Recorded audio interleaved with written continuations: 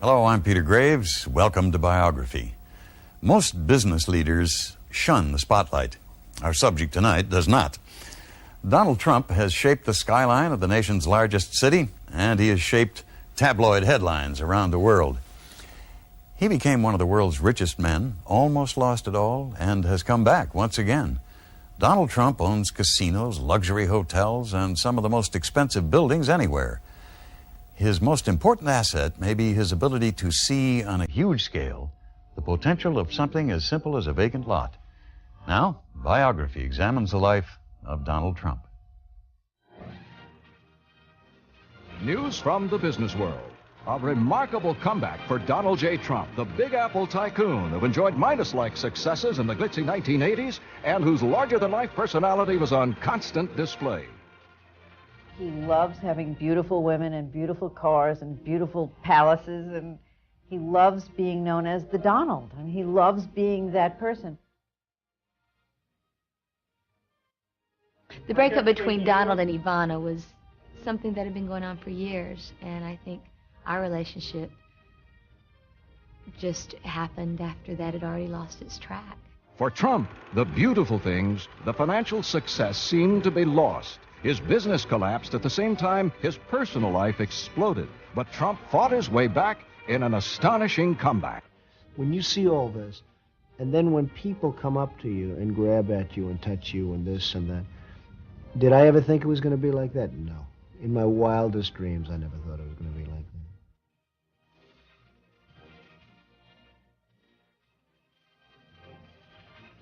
Donald was the middle child of 5, born in 1946 to a pair of romantics. Right after Fred Trump first set his eyes on Mary McLeod, he had rushed home to tell his mother he'd met the girl with whom he would spend the rest of his life. They married in 1936. With a family quickly growing, Fred Trump began building his fortune by constructing homes in Brooklyn and Queens for GIs returning from World War II. Though the family became quite wealthy, Fred and Mary Trump would insist that their children succeed both at school and at work. Donald Trump would exceed his parents' wildest expectations, following the path paved by his father. He learned at the feet of a master, and there was always business being discussed in terms of how you build a building, how you get approvals, those types of things. The learning wasn't just from watching.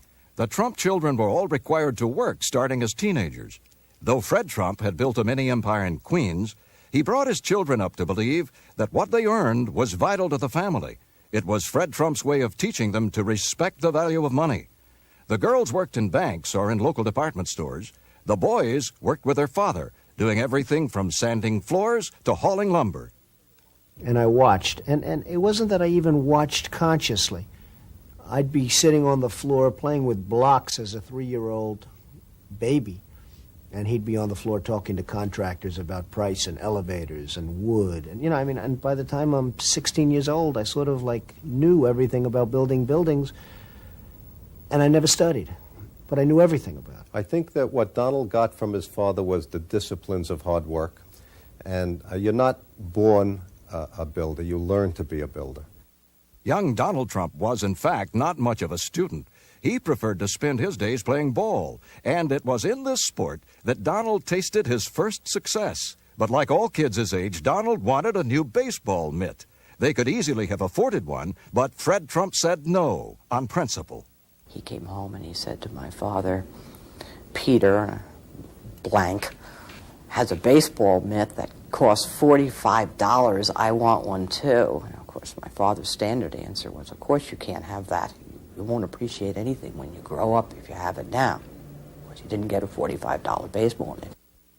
If young Donald learned that it took hard work to get money for expensive baseball gloves and other luxuries, he wasn't learning much in school. In fact, he'd become more than a handful for his teachers, throwing chalk and erasers at them just to see their reactions. And his troublemaking wasn't confined to the schoolroom. Donald's older brother and sister couldn't wait for their parents to leave the house so they could get even. But he had a way, on occasion, of driving you nuts. And one Saturday night, I remember, he was sitting at the dining room table, and there was a bowl of mashed potatoes on the table, and Donald went through one of his, cute little performances like, and my brother Fred picked up the bowl of mashed potatoes and flung them across the table, and Donald had mashed potatoes coming out of his eyes and his nose. Donald's parents decided what their 13-year-old son needed was more discipline, so they sent him to military school. The instructors at New York Military Academy wouldn't stand for unpolished boots, much less throwing of erasers. One of Donald's first tasks was learning to march. If he didn't do it right, he had to do 20 push-ups with the rest of them. If he didn't do his manual of arms correctly, he had to double time the perimeter with the rifle. Trump, nicknamed DT, began to flourish, even excel at the academy. Among his many awards was one for neatness, and he was promoted steadily within his cadet company to commander of the honor guard.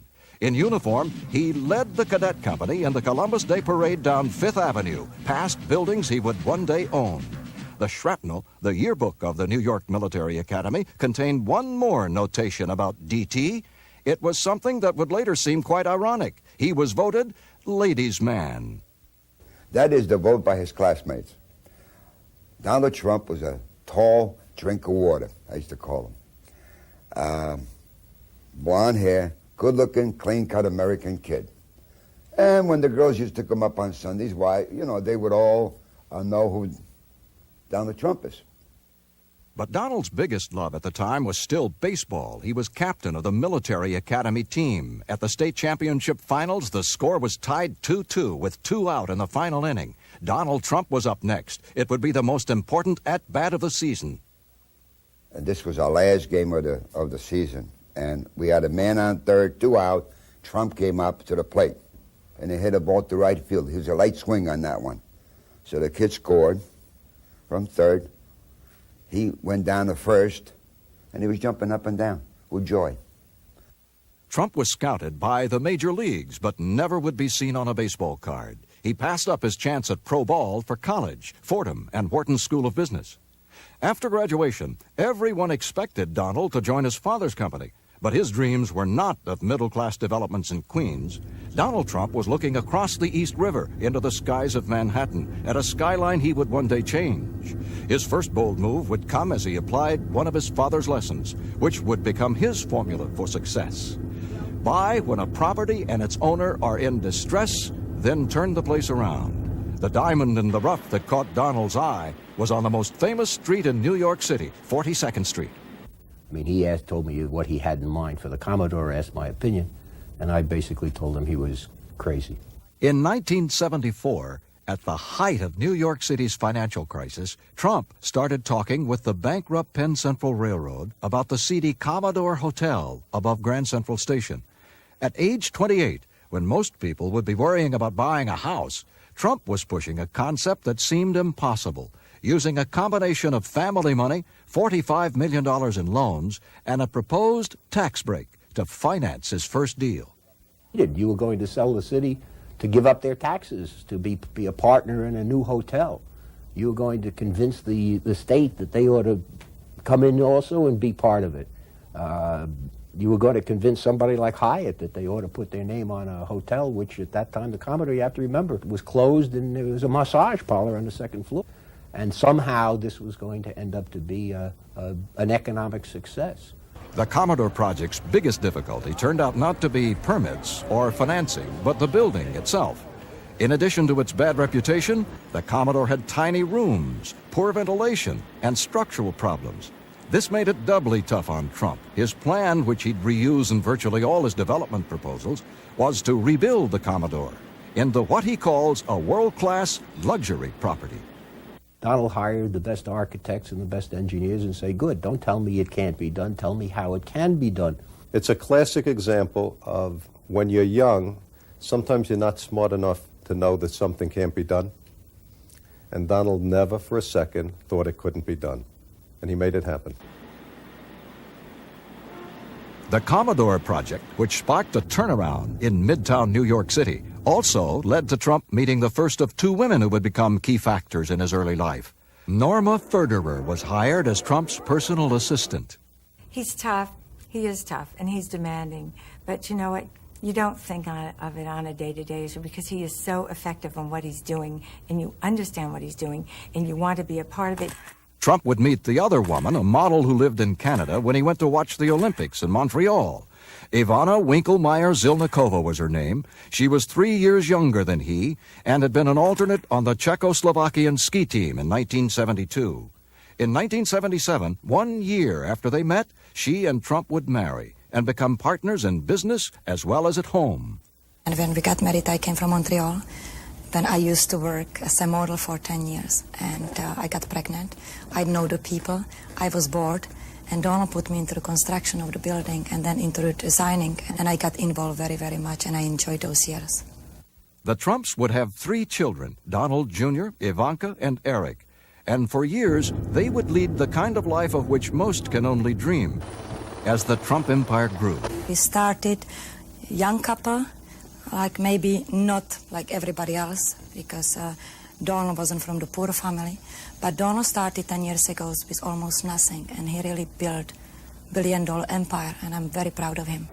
in 1981, Trump formally established the Trump Organization, an umbrella company for his deals. Just 1 year later, a skyscraper would rise on Fifth Avenue with a dazzling pink marble atrium and 2-foot-high gold letters announcing the arrival of a new real estate mogul.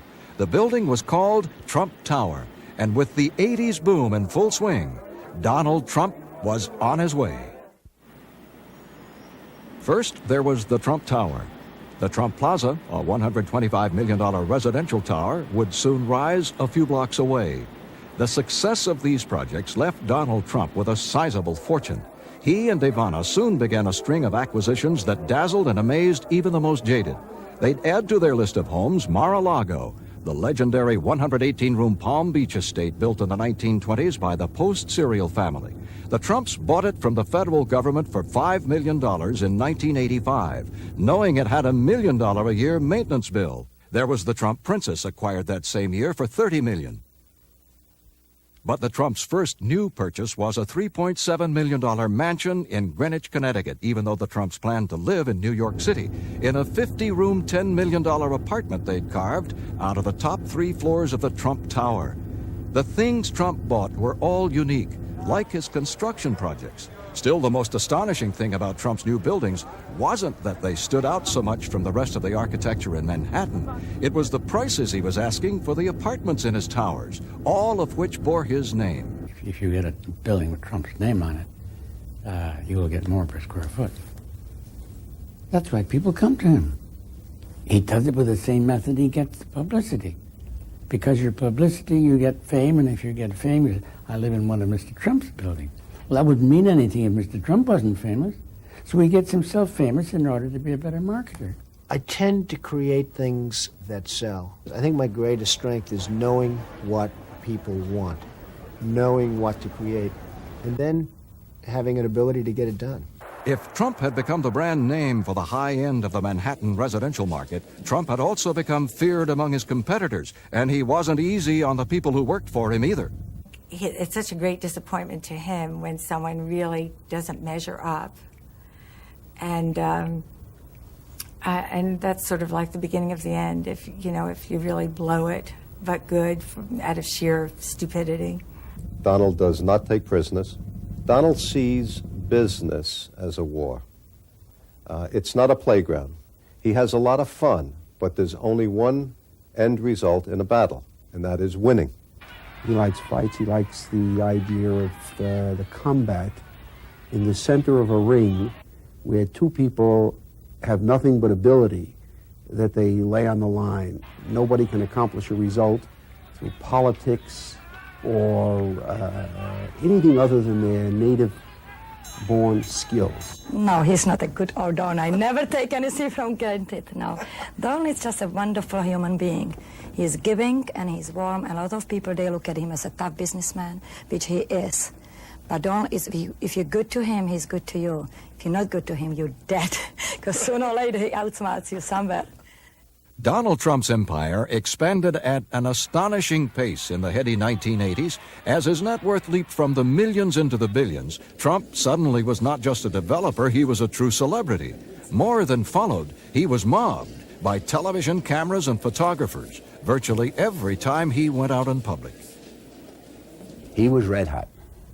He was on a roll. There was no question about it.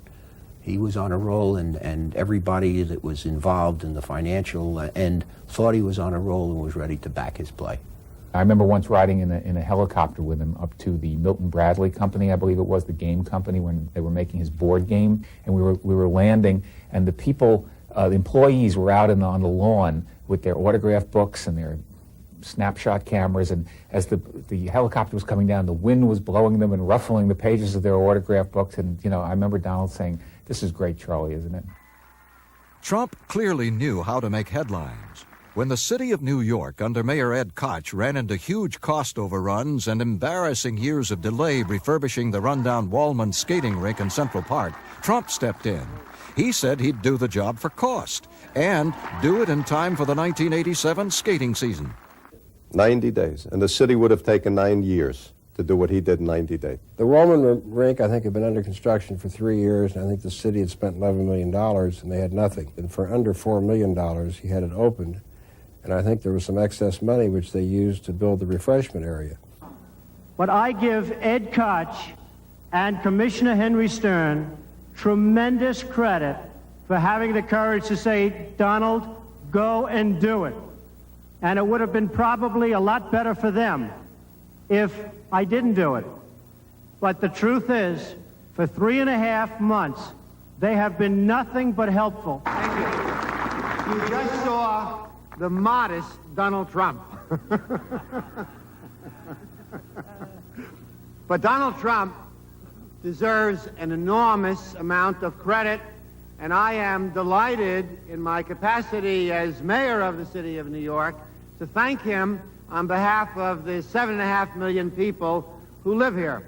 The public truce between the mayor and the developer would not last. Trump was soon seeking city consent for a new project and not getting it. I'm saying that Ed Koch could do everybody a huge favor if he got out of office and if they started all over again. He's squealing like a stuck pig. No, I would say he's got no talent and only moderate intelligence. Suddenly, people started wondering if Trump might be interested in running for office. His book, The Art of the Deal, was published. It spent 32 weeks on the New York Times bestseller list. Trump was invited to speak in New Hampshire at a time when candidates were combing the state looking for votes in the presidential primary.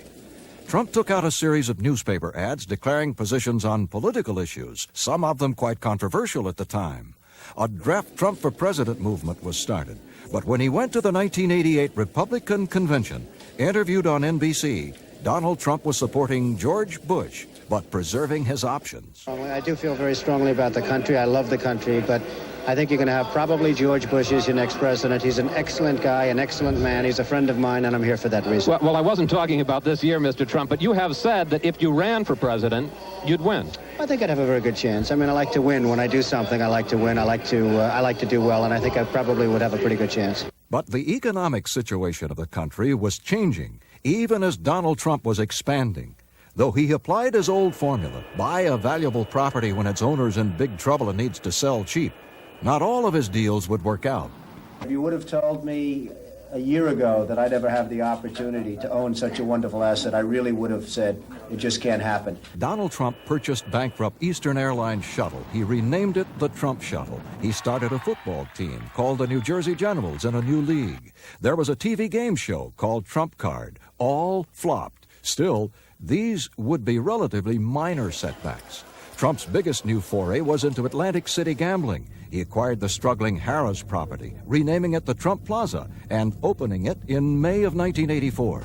1 year later, he picked up a failing Hilton project, spending $320 million to get the Trump Castle going. Ivana Trump was installed as its chief executive officer for a salary of $1 per year. Though she had to compete against their own Trump Plaza and cut into its business, by 1987, both hotels were solidly profitable, ranking number 2 and number 4 in town. Atop that, Trump was already mounting a running corporate battle that would land him the biggest distressed property of them all, the Taj Mahal. The project had virtually sunk Resorts International. It had 5 years and $500 million invested in the still uncompleted hotel. The Taj would come close to sinking Donald Trump, too, and then, in an astonishing turnaround, bail him out. But as Trump overextended himself financially with the Atlantic City ventures and other acquisitions like the Plaza Hotel in New York City, the Trump problem that would become the most visible had quietly begun growing. Trump had met a young model named Marla Maples in 1985. Just a quick hello, how are you? And I'd seen him at a few different functions in the city at different occasions, and it was always very warm and very nice, and that was it. There was an affection, but never thought of it as being anything more at that point.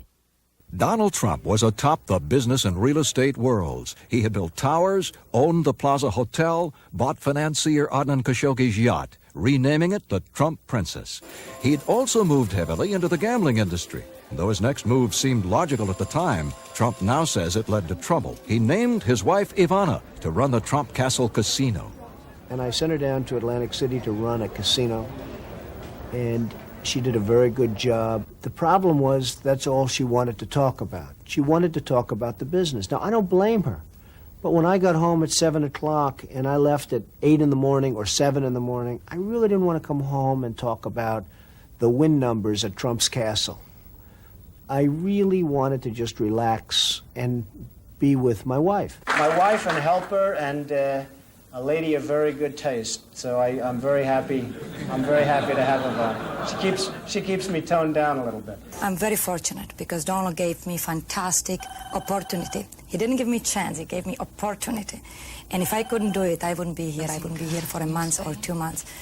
Ivana would be transferred to the Plaza Hotel after it was acquired with the same $1-a-year salary. Donald joked she also got all the dresses she could buy. But Trump says his biggest problem with the marriage hadn't changed. I moved her over to the Plaza Hotel, and it was really more of the same. I mean, we were talking about business, how the hotel's doing, what we're doing. And you know, beyond 10 minutes or 15 minutes, I didn't want to do it. It became more of a business relationship than a family relationship or a wife-husband relationship. The strains on the marriage came at the same time as the near-total collapse of the real estate market. In the midst of it, Trump was rocked by sudden tragedy. One of his helicopters crashed, killing 3 of his hand-picked senior executives, men who had become his friends. Trump himself had considered making the trip. He also talked a lot about fate. I think that he was supposed to go on that trip, and he didn't at the last minute for whatever reason, so I think he appreciated how lucky he was. He also, of course, appreciated how unfortunate it was to those people and their families, but he was shaken by it. The helicopter crash made him realize that how fragile life was, and that how you can't postpone happiness, and that you have to make the adjustments that you need to find happiness now. And that probably had some effect on hurrying up his decision to end the marriage with Ivana. A January 1990 interview Trump gave Playboy magazine might also have had an effect. When asked if he was monogamous, Trump said no comment. Trump had been a master at getting his name in the newspapers with stories about his amazing successes in business. But now he was being written about in the gossip columns instead of the Wall Street Journal, being linked with a series of actresses and models. His personal life became troubled. He and Ivana had a falling out. Mike Tyson, the fighter who he backed, got knocked out in Tokyo. That happened really over the same weekend. So the news, in one sense, was always bad. The airline business was undergoing tough times. He owned a part of that. The hotel business was undergoing tough times. Atlantic City was undergoing tough times. All these places where Donald had a finger in the pie were strained by a changing economy. There was another change, too. Though he'd been linked to other women, Trump had started to see Marla Maples, a young unknown actress, who would become his second wife. Well, I think I was very much too close to that because of his personal situation at that time. That was always known as off limits to me. Fate kept tempting it, let's put it that way. You know, I couldn't fight it, believe me. I tried, and he tried for many years to fight the connection that we have. And I think when you have a bond with another person, sometimes you just have to see it through and see what it's about, or it keeps coming back in your face over and over again. The relationship was really in the face of Ivana Trump. When photos of Donald and Marla almost together at a boxing match Trump was promoting hit the supermarket tabloids, she said nothing. But then at Christmas, there was a confrontation in Aspen, Colorado. Star Magazine came up with photos of Maples, Trump, and Ivana, and other photos showed a gloomy Trump with Ivana. February 11th, it hit the headlines. It would be the most public divorce in decades. Yeah, there was a period when Donald and Ivana seemed to each have access to their own gossip columnists in New York City, and they were each seemed to be playing them off against each other. Liz Smith was the one who had a story from Ivana's side of it. And Donald probably didn't talk that much from his side of it. And around dinner tables all over New York, they were saying, and maybe all over America, they were saying, do you think Ivana will take him back? Will he marry Marla? This was the talk, the table talk of the nation for a while. And the funny thing was, I would go in to the office, and there would be the real Donald Trump, and he'd say, Charles, do you think Ivana will take me back? What do you think will happen? Do you think I should, do you think I should marry Marla? Or words to that effect. Donald is he asks everyone's opinion about things. Doesn't always listen to the answer, but he asks them. Now, the explanations are easier. Back then, reporters were on the trail of all three. Ivana was mobbed going into a Valentine's Day birthday party. Marla was tracked down to a Long Island hideout provided by a Trump associate. Donald, who was out in public, seemed to get it from all sides. I'm shocked to see so much press. I know the only thing they want to do is discuss the tour to Trump today. To me, one of the most important things is his love affair with New York City. The most amazing part of it was that as major world stories were breaking, it was the Trump divorce that dominated the headlines. I can remember literally sitting in a corner crying my eyes out, wondering how to get up and just feed myself. I was watching my very beautiful private relationship become very public and very ugly, and that was very frightening. I never left Ivana because of Marla, but that's something that's like unknown because a lot of people thought I did or hoped I did, and it sounds a little bit sexier in the papers to write that I did, but I never left Ivana for Marla.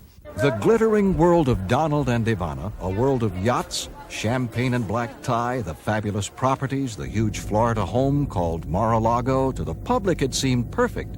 But the real Donald Trump, it turned out, wasn't that kind of guy. Though he's told me that one of the reasons that he and Ivana eventually divorced is that he couldn't bear that life one more second, that going to parties every night and getting home and putting on a tuxedo and doing this.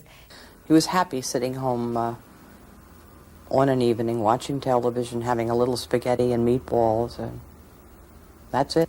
I really don't think deep down he is a pâté kind of guy. I can buy anything I want, but I love where I came from.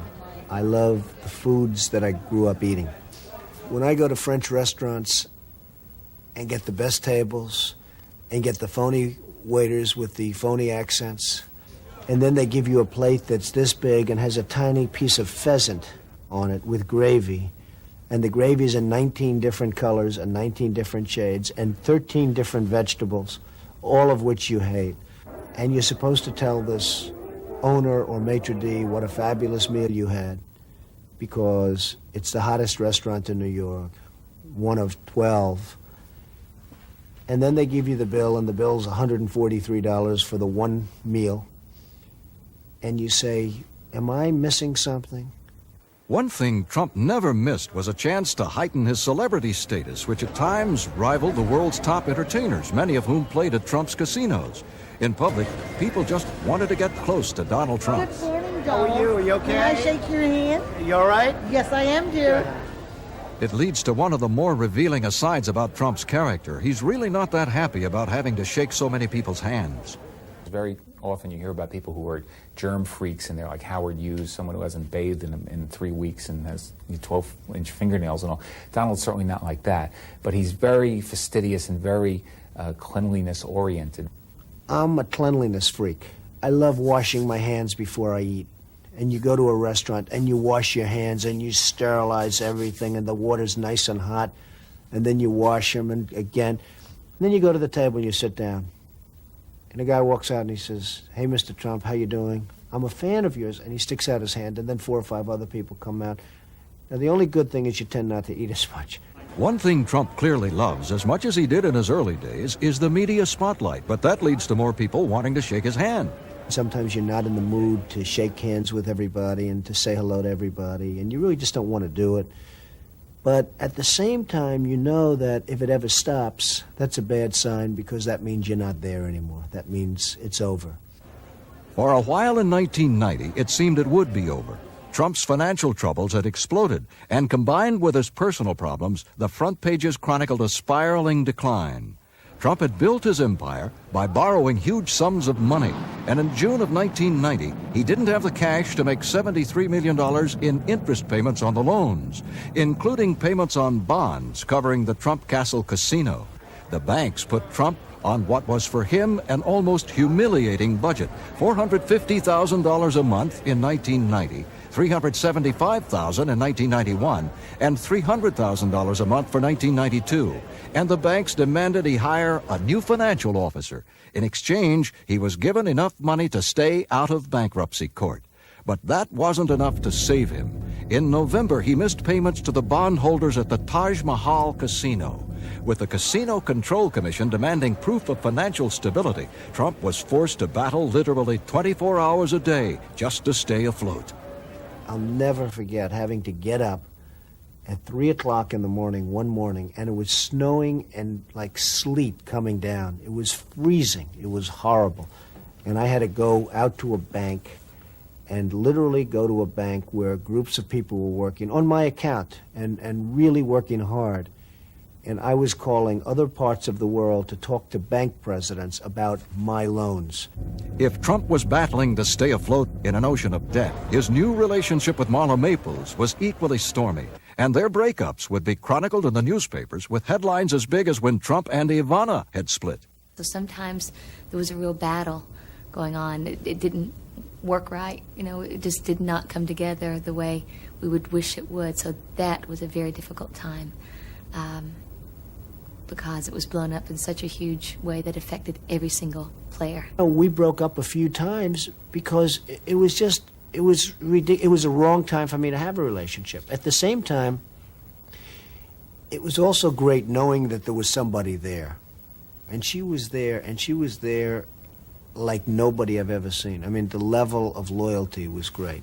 And it wasn't like she was being treated so great. He would say to me many times, I just got sprung. I don't know what to do. I love her, but I just got sprung. When he and Marla broke up, he had a huge Christmas party right here, and it was filled with models and celebrities and this and that and the other thing.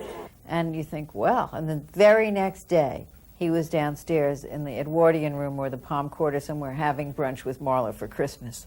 The only offer Maples accepted at the time was to do a series of ads for a brand of jeans famous for hiring the other woman. That's the state of our environment. A brand called No Excuses. Playboy magazine offered me $2 million to pose, and hey, Donald might have even liked that, but that was something that it just wasn't in my makeup to do that. And every time we broke up, I was left with nothing. I was so enwrapped in the relationship that I wasn't able to go out and create money on my own. Well, she never bad-mouthed him to the press. She'd say, well, I love him and I'm praying for him and I hope that, everything works out. He's a wonderful man. I mean, now I would have been throwing tomatoes at the camera and saying, that son of a bitch, I'll kill him, but not her.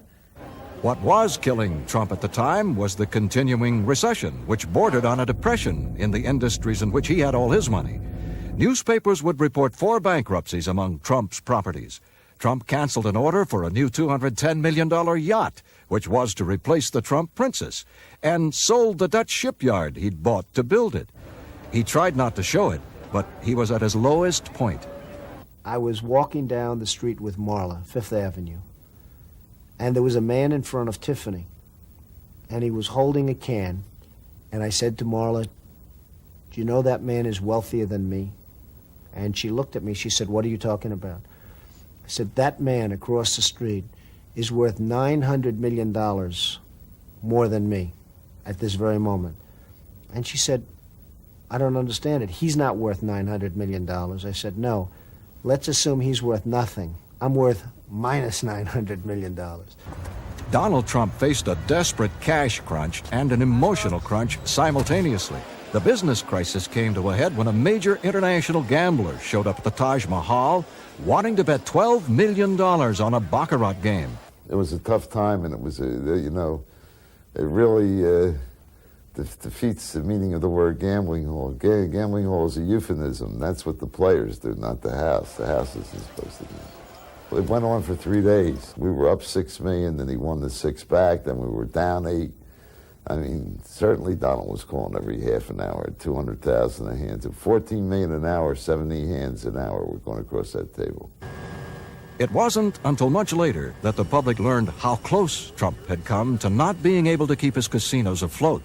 And it was Donald Trump's father who'd come to the rescue. Fred Trump put $3 million on the line, buying chips, then walking out of the casino.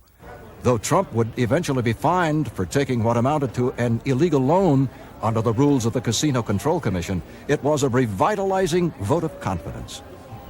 When you owe billions and billions, 3 million doesn't mean a lot in one sense, but in one sense it means an awful lot. But it was sort of a sign of confidence. When I was in trouble, people would go up to my father that maybe didn't dig me or didn't like me or didn't anything. But they sort of say, hey, your son's in trouble, and they'd say it in a gloating way. And he'd go and say, and I'll never forget it, and he'd tell this to everybody, bet your entire ranch on the fact that Donald comes back stronger than he ever was before. You can retreat and go away and give up, or you can fight harder than you've ever fought before. And I really took my eye off the ball for a while, and I blame myself. I don't blame a real estate depression. I don't blame anybody. I took my eye off the ball, and I got it back on the ball, and I went back to doing business the way I used to do it, and really focused, and it just worked out. It didn't really just work out. 1991 and 92 saw Trump trying to reduce his staggering debt. He dumped properties like the failing Trump shuttle, sold off interests in some of his major holdings, and was forced to sell the Trump Princess, one of the symbols of his early success. For the highly visible tycoon, who for a while seemed to have the Midas touch, it was a sobering process. And he'll make a decision, and once the decision's made, I've never seen him agonize over anything too much. Even if it didn't work out for the best, he then makes the next decision. Do we sell this off? Do we try to improve it? Do we try to manage it better? One thing Trump couldn't seem to manage was his tempestuous relationship with Marla Maples. After his divorce from Ivana, the couple went out in public together. Maples took a role dancing in the Will Rogers Follies on Broadway, and then in April 1993, a story hit the newspapers that would once again bounce world problems off the front page. Donald and his unmarried girlfriend were expectant parents. Are we getting married? And if so, when? Who said we're not? That day, Trump and Marla met with reporters but wouldn't say if they had plans to wed. But managing better was a critical factor in turning Trump's battered finances around. The executives who work for him either succeeded and got rich, or they found out that his management style is not all that gentle. If they're not doing their job, I yell. If they're not doing their job, sometimes it creates the effect to yell, and you get them moving their ass. You get them doing their job. But generally speaking, I'm not a yeller. Trump's relationship with Marla Maples, to some, seems much different from his marriage to Ivana, which friends likened to more of a business partnership.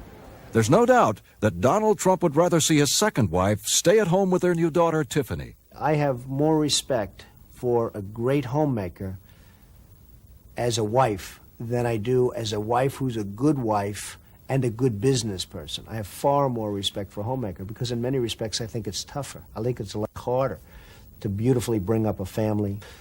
Most women would agree with me. He can still be controversial and doesn't pull punches when expressing his opinions. But he seemed to grow more reflective after reaching his 45th birthday, something that shows in both his public and private life. The image of me is being like a flamethrower, and I think the actual fact is that I'm much different than that. I think that I'm not a mean guy at all. I think I might be just the opposite. I'm not somebody that can be pushed around. I don't want to be pushed around. I don't allow people to push me around. And I've caught him even singing a little song to Tiffany just a couple days ago when Mar-a-Lago, he thought I was out of the room, and he was doing this song. He was just like making up this song and the words to it as he was going, and it was so cute. It just broke my heart. In business, though, Donald Trump is the same brash, hard-driving guy who persuaded New York officials he could do the impossible at the Commodore Hotel. He has a vision that most people don't have. In my view, that's his real genius. There are a lot of people who can put up a building, but more important than that is the vision that makes the building different, exciting, or that even dreams up the concept, the original concept. That's where he's better than almost anyone else. Okay, everything good? Well before reaching 50, Donald Trump had accomplished more than virtually anyone else in his field, and he wasn't stopping. After years of trying, in June 1994, he announced financing for his Riverside Park project had been obtained from investors in Hong Kong. It was one more sign that Trump's celebrity status had never waned, indeed that it was growing again. Look back to the 30s and look at the movies they made in the 30s. It was Ginger Rogers and Fred Astaire dancing around these palaces. Everybody else was like broke in a flat trying to have enough money to put ketchup on spaghetti. And they were making these movies because it was such bad economic times. Well, you know, Donald is that in bad economic times, and we're going through some bad economic times. Donald is Fred Astaire. I mean, he's the mogul living up on the mountain who's got these gambling casinos and beautiful blondes, and, you know, it's everybody's kind of dream of the 90s sort of version of James Bond. While most people keep it quiet, hide under a rock with this kind of success, Donald is screaming to the world, look what I've done. And I'm having fun, and I hope you're having fun watching. And he's making it a lot of fun for everybody. Making it fun for everybody means never hiding from the cameras. 2 months after Trump and Marla had a daughter, Tiffany, they were married with media attention befitting a royal couple at his Plaza Hotel. Despite their past troubles, they appeared to be typical newlyweds. Marla once said to me, you know, Linda, you can't help who you fall in love with. It's not always easy, but you just can't help who you fall in love with. And he really loves her, too. He has a much softer side than most of the world sees, which, thank goodness, I see quite a bit. And he's not someone that's going to come in and say, honey, I'll cook tonight. You take a breather. Or let me change this diaper because you've been working all day with the baby and I know you're busy. The somewhat quieter, even more successful Donald Trump still seems to have politics in the back of his mind. But business is the order of the day, and more gentle or not, he is first and foremost a competitor. Everybody wants me to run for office. Polls are taken that show that I win when I run. It's just not my thing. I'm too honest. I'm too forthright. I think there's a level of honesty and almost a level of dishonesty that it takes to be a great politician. I'm just too straight. I think Donald is a real meat and potatoes, all-American, apple pie kind of guy. I mean, he likes meat and potatoes, literally. I mean, there's nothing too quirky about Donald, or nothing too secret, or he is what he appears to be. I've known stories where people have told me that a big limo will pull up to the burger boy on the expressway, and he gets out and brings back burgers into the limo, or Pizza Hut pizza back into the limo. Donald Trump says he always knew he'd do well, and the people around him say they always expected, as his father expected, that he'd succeed in business. But the roller coaster ride that took Trump to the top plunged him to the bottom, and that he's ridden back up still astonishes virtually everyone, including Trump himself. When you see all this, and then when people come up to you and grab at you and touch you and this and that, did I ever think it was going to be like that? No. In my wildest dreams, I never thought it would be. In fewer than 50 years, Donald Trump has accomplished more as a businessman and developer than most will ever dream of. And it seems he's always looking for that next huge opportunity. Wherever there are new luxury skyscrapers to be built, new blockbuster deals to be made, and television cameras, you're likely to find Donald Trump.